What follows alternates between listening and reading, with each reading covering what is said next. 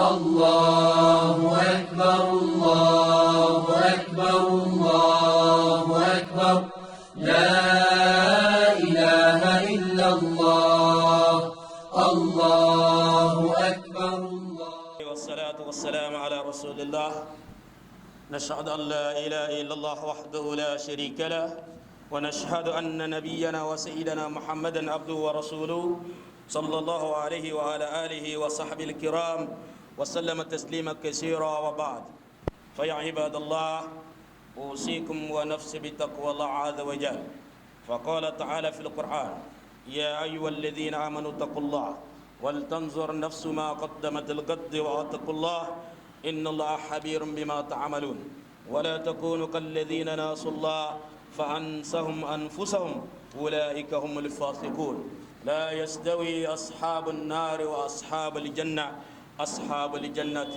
هم الفائزون صدق الله العظيم إن الله وملائكته يصلون على النبي يا أيها الذين آمنوا صلوا عليه وسلم تسليما صلى الله عليه وعلى آله وأصحابه وسلم تسليما كثيرا وبعد. Au nom d'Allah, le tout miséricordieux, le très miséricordieux, louange à Allah, l'unique, le dominateur suprême, le tout-puissant, le pardonneur. Nous lui adressons nos louanges et nos remerciements pour tous ses innombrables bienfaits sur nous et sa grâce infinie. Nous attestons qu'il n'est point d'autre divinité qu'Allah, l'unique sans associé, le souverain, l'irrésistible, lui qui détient toute la création, qui maîtrise l'ordre tout entier et auprès de qui toute chose a déjà sa mesure déterminée. Et nous attestons aussi que notre maître le bien-aimé, le prophète Mohammed, sallallahu alayhi wa sallam, est le serviteur d'Allah et son messager, choisi et élu. Il est le meilleur des humains.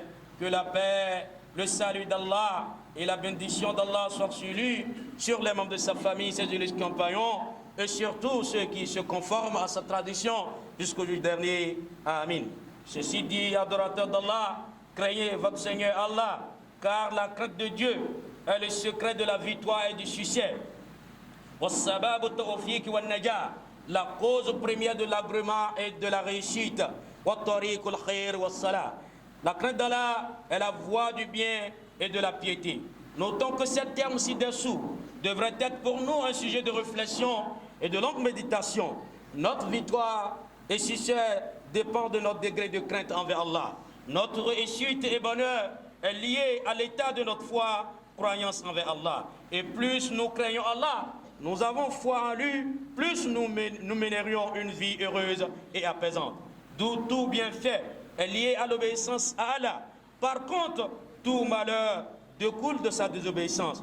Par conséquent, craignez Allah d'une crainte exacte et sincère, car les Altéas disent dans le Coran, Ya ayyuhalladhina amanu taqullaha haqqa tuqati wa la tamutuna illa wa antum muslimun. Il a dit, oh vous qui croyez, craignez Allah d'une crainte exacte et ne mourrez qu'en étant totalement soumis à Allah. Chers frères et sœurs, à la fois, depuis l'avènement de la nativité du prophète Mohammed sallallahu alayhi wa sallam, il s'agit bien du mois de Rabiul Awal, nos sermons ne cessent de nous enseigner sur les failles et défaillances observées au sein de la Oumma. Après avoir énuméré le message contenu dans la prophétie mahomédienne, qui n'a autre que al-istislam lillah, la soumission totale à Allah, wassalamu ma halki, et comme a dit, le fait d'instaurer la paix et une bonne relation avec toute la création. C'est ça le message du prophète Mohammed sallallahu alayhi wa sallam. L'actualité du Nouvel An nous a aussi mis en garde contre une imitation aveugle des autres sans porter atteinte à leurs droits. Une bonne cohabitation avec les mécréants dépourvus d'une imitation dans leur culte, dans leur faire et dans leur vie. Ce sont ces différents thèmes qui nous ont amenés à diagnostiquer la vie actuelle de l'islam et des musulmans. Et on peut en déduire de ce diagnostic que les musulmans perdent peu à peu les vraies valeurs islamiques. Adorateurs d'Allah, soyez convaincus que toute chose qui s'isole de la voie d'Allah, toute chose qui s'isole de la voie tracée par l'ordonnateur, par le créateur, par le législateur suprême, n'est que faillite, ruine sur une. Alors, point de paix dans le monde en dehors des préceptes islamiques. Alors voyons aujourd'hui la Oumma se dégrade peu à peu, et ceci par la perte de certaines valeurs nobles islamiques. Notre vie et notre religion diffèrent de celles de nos aïeux qui nous ont précédés dans la foi. L'éthique, la morale et les vraies valeurs humaines prônées par les lois célestes ont déserté le forum. Ces tâtis font défaut au sein des sociétés actuelles. Où est-elle passée la pudeur auprès de nos femmes? Où est-elle passée le dépôt? Le dépôt de nos jours est trahi et la trahison est devenue mode. Nos subsistances, il s'agit bien de nos fortunes, nos richesses, sont dépourvues de la bénédiction d'Allah. Il faut le dire, de la baraka. Et ceci est parce que nous gagnons presque tout illicitement nos gains. Les femmes sont exposées, même habillées, elles sont nues. Adorateurs d'Allah, nos actes d'adoration sont dépourvus d'une sincérité envers Allah. L'ostentation, l'intérêt personnel sont à la base de nos cultes. La course au bien éphémère de ce bas monde a poussé même les érudits islamiques vers la dérive, au point que la spiritualité est à l'arrière-plan dans notre vie actuelle. En conclusion, adorateurs d'Allah, la Oumma doit porter ses regards sur les étapes de l'action, sur la méthodologie, sur le fait de poser de solides bases. Les dirigeants musulmans, vous à qui Allah a donné autorité sur terre, craignez Allah dans la mission qui vous a été confiée. Soutenez la religion d'Allah. Aidez ceux qui sont sous vous dans l'application des lois d'Allah. Créez pour nous des conditions propices pour une saine suivi des préceptes divins. Soutenez les musulmans dans leurs difficultés. Vous les savants, vous les érudits, n'oubliez pas que vous êtes les gardiens du dépôt de l'héritage prophétique. Éclairez les gens. Ne cachez pas ce héritage et soyez de bons exemples. Que votre intérêt personnel ne soit pas un frein pour ceux qui désirent la vérité.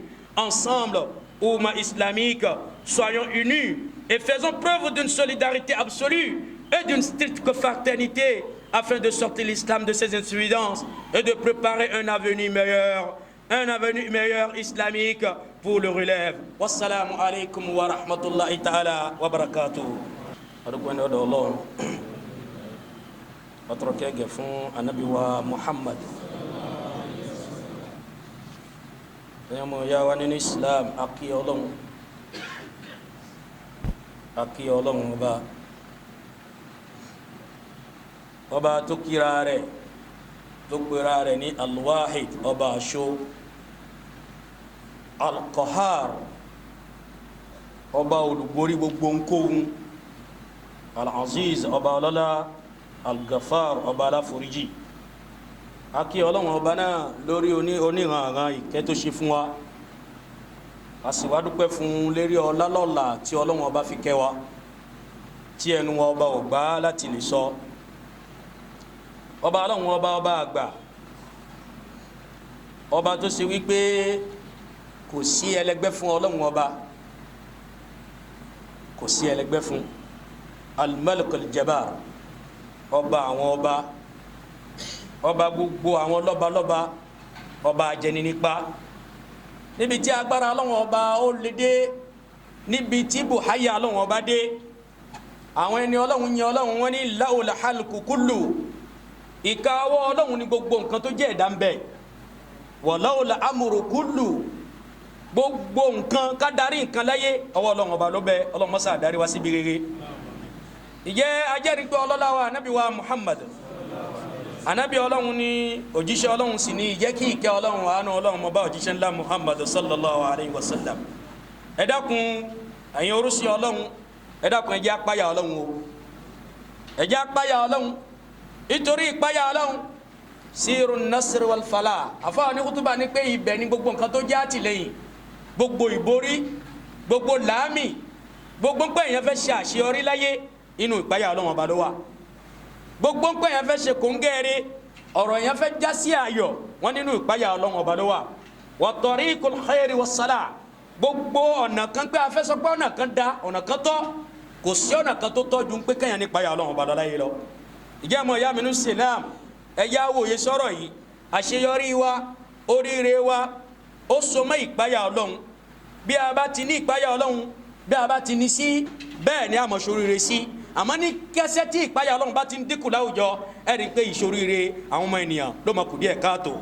ìjẹ́ dandan ní ìpáyà Ọlọ́run àgbọ́dọ̀ dandan ní òun ló ṣáájú gbogbo bùkátà ayé, ajẹni, amuni, anani, aloni, akọ́léláyé ni gbogbo èyí tó jẹ́ bùkátà. àkọ́kọ́ bùkátà tí ọmọ ènìyàn gbọ́dọ̀ dìrọ̀ mọ́ náà ni pé kíni kó ní ìpáyà Ọlọ́run, kó wà ìpáyà Ọlọ́run ọba náà làwọn àgbàlagbà fi sọ̀rọ̀ wọ́n ní ẹja wò bẹ́yàn bá ní ó da wọn wá páyà Ọlọ́run tó ń ṣe kọ́ngínà ọ̀rọ̀ dà gẹ́gẹ́ bí ọ̀rọ̀ àwọn àgbàlagbà tó ní ọ̀rọ̀ tá a ní baba ò ní gbọ́ bó bá di bó ti fẹ́ dà wájú baba náà lápadà gbé wa gbogbo ẹni tó bá ní wọn ò ní páyà Ọlọ́run nígbà tí ikú bá ti yọ sí ó di kíni ó di dandan kó dé wájú Ọlọ́run.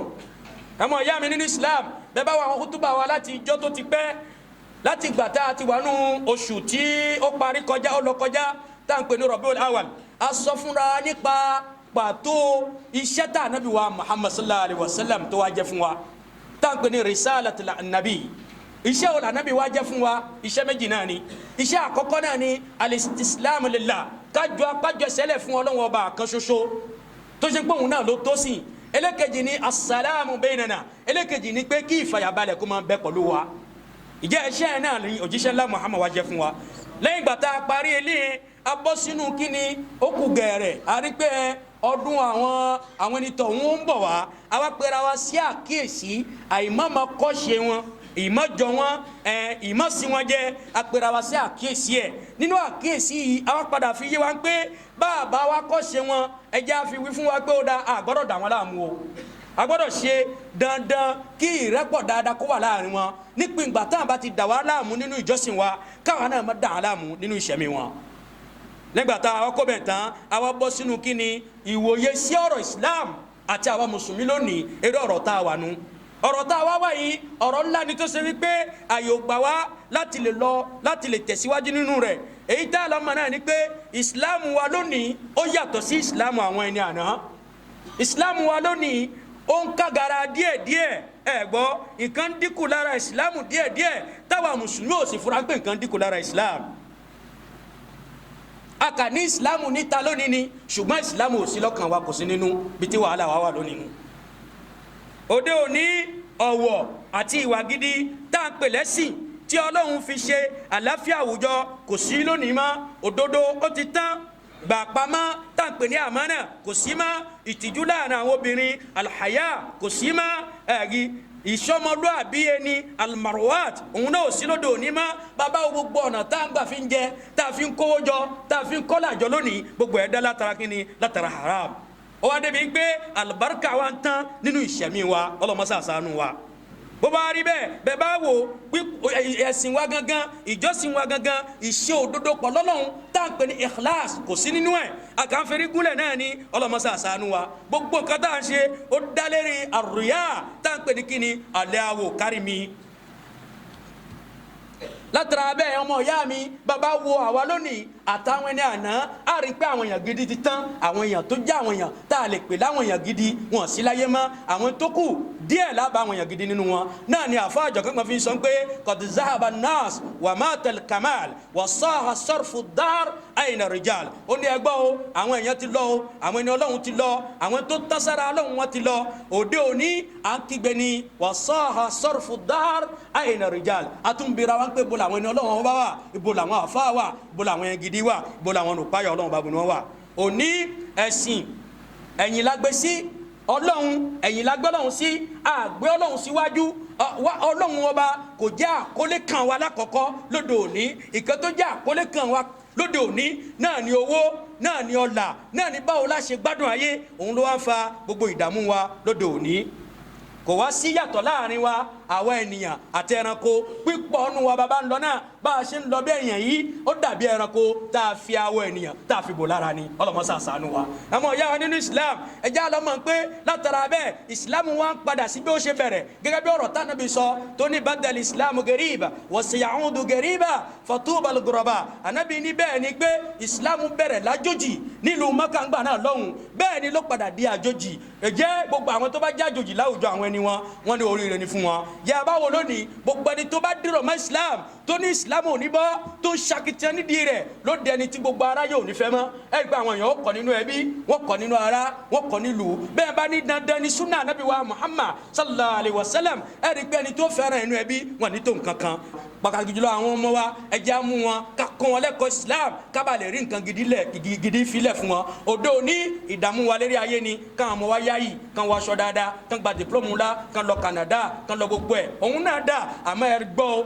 bí ẹ̀sìn ò bá síbẹ̀ àpàdánù ni náà làwọn àfáà gidi fi máa sọ pé rabbana hablana min azwajina wa zurriyatina qurrata ayun waj'alna muttaqina imama gbogbo àwọn ànábì Ọlọ́run wọn tọrọ diplome fọmọ wọn tọrọ ìṣẹ̀dẹ̀ fọmọ wọn ní kọ́mọ tí wọn kó yáyì wọn ní kọ́mọ tàwọn kó di nǹkan láláyé gbogbo ìtọrọ wọn náà ní pé káwọn wọn kan ní ìpayà kan já àwọn ènìyàn já wa náà ẹ dákun ẹ jẹ́ kí àdúrà tiwa náà kó lọ síbẹ̀ ẹ jẹ́ gbogbo ojúṣe wa lédè àwọn ọmọ wa kó máa dá lẹ́ni pé káwọn ọmọ wa kan nẹ́sìn nítorí pé ẹ̀sìn yìí ni ló mú ọ débi pé a padà jèrè wọn bẹ́ẹ̀ bá bímọ tó o bá nẹ́sìn tó bá lówó tó bá lọ́lá tó bá nígo tó bá nípò bẹ́ẹ̀ sì ò bá síbẹ̀ ọmọ ẹ̀ náà ló padà di ọ̀tá rẹ̀ ìyàwó ẹ̀ náà ló padà di ọ̀tá rẹ̀ ẹ dákun ẹ jẹ́ á kọ́ra wa lẹ́sìn o ká kọ́ra wa níbẹ̀rù Ọlọ́run kí àwùjọ